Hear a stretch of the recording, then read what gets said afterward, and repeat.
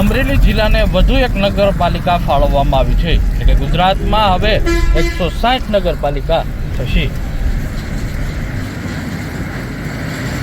બિપિનચંદ્ર રતિલાલ જસાણી ધારી નગર પંચાયતમાંથી નગરપાલિકા બની એ સરકારનો આવકારદાયક નિર્ણય છે અને એને હિસાબે અમારા ગામના ઘણા વિકાસ કાર્યો થાય. બીજા નંબરમાં સરકારે જે પગલું ભર્યું છે બહુ ઉત્તમમાં ઉત્તમ પગલું છે અને એને હિસાબે અમારે બીજી ઘણી સુવિધામાં વધારો થાય. અમારા ગામમાં સફારી પાર્ક છે, ખોડિયાર ડેમ છે અને બીજે આ પાંચ પંચાયતો જુદી જુદી એનો વહીવટ હતો એ હવે આ બધું એક થાય. એના હિસાબે અમારે ઘણો લાભ થાય અને આવકારદાયક છે. મારું નામ નવીન કુમાર રતિલાલ જસાણી, વેપારી મંડળ વાઇસ પ્રેસિડેન્ટ બોલું છું. કે ધારી ગ્રામ પંચાયતમાંથી નગરપાલિકામાં પરિવર્તન મુખ્યમંત્રી સાહેબે કરેલું, જે ખૂબ જ આનંદની વાત છે. ધારીના અઘાત પ્રયત્નો શ્રી જેવી કાકડિયાભાઈ તથા અનેક ધારાસભ્યોએ કરેલા, પણ કોઈના હિસાબે આ પંચાયત છે તે ગ્રામ પંચાયતમાં પાલિકામાં ફેરવાની નહીં, કેમ કે આજુબાજુની 5 નગરપાલિકાઓ છે જેઓ બધા ગ્રામ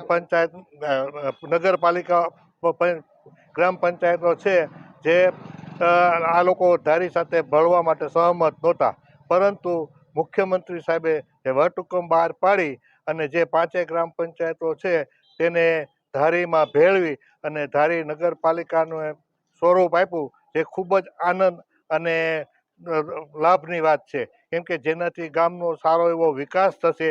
પર્યટન, એક તો સફારી પાર્ક છે અને બીજા નંબરે પર્યટન સ્થળમાં પણ માણસોની અવર જવર વધશે અને ગામને ગ્રાન્ટ, અત્યારે જે ગ્રામ પંચાયત હતી જેના હિસાબે ગ્રાન્ટો ખૂબ જ ઓછી આવતી અને હાલના તબક્કે જે નગરપાલિકા થઈ છે જેની હિસાબે ગામને ગ્રાન્ટ પણ વધુ મળશે અને ગામનો વિકાસ પણ વધુ થશે. બીજા નંબરે અમારા મુખ્યમંત્રી સાહેબને એક રજૂઆત છે કે જેમ ધારી ગ્રામ પંચાયતને પાલિકામાં રૂપાંતર કરી છે, એવી જ રીતે ધારી વિસ્તાર આજ અમરેલી જિલ્લામાં, અમરેલી જિલ્લો આખો પછાત છે કે જેને બ્રોડગેજ લાઇનનું કોઈ મળેલ નથી. ભલે મંજૂર કરેલ છે પણ એના ટેન્ડરો પાસ કરી અને વહેલામાં વહેલી તકે અમરેલીથી ઠેઠ વિસાવદર સુધીનો બ્રોડગેજ લાઇનનું મંજૂરી આપે અને વહેલામાં વહેલી તકે થાય તો જેનાથી પણ ગામનો ઘણો ખરો વિકાસ થશે.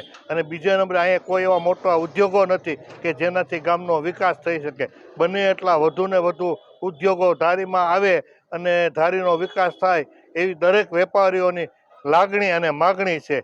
અને સરકારશ્રીને ખાસ વિનંતી છે કે આ અંગે પૂરતું ધ્યાન આપી અમરેલી જિલ્લો જે પછાત છે જેને કઈ રીતે આગળ લાવવો એના યોગ્ય પગલાં લે અને ખાસ કરીને મુખ્યમંત્રી સાહેબનો તથા અમરેલી આપણે ધારી વિસ્તારના જેવી કાકડિયા સાહેબ ધારાસભ્યનો અમે ખૂબ ખૂબ આનંદ અને અભિનંદન પાઠવીએ છીએ.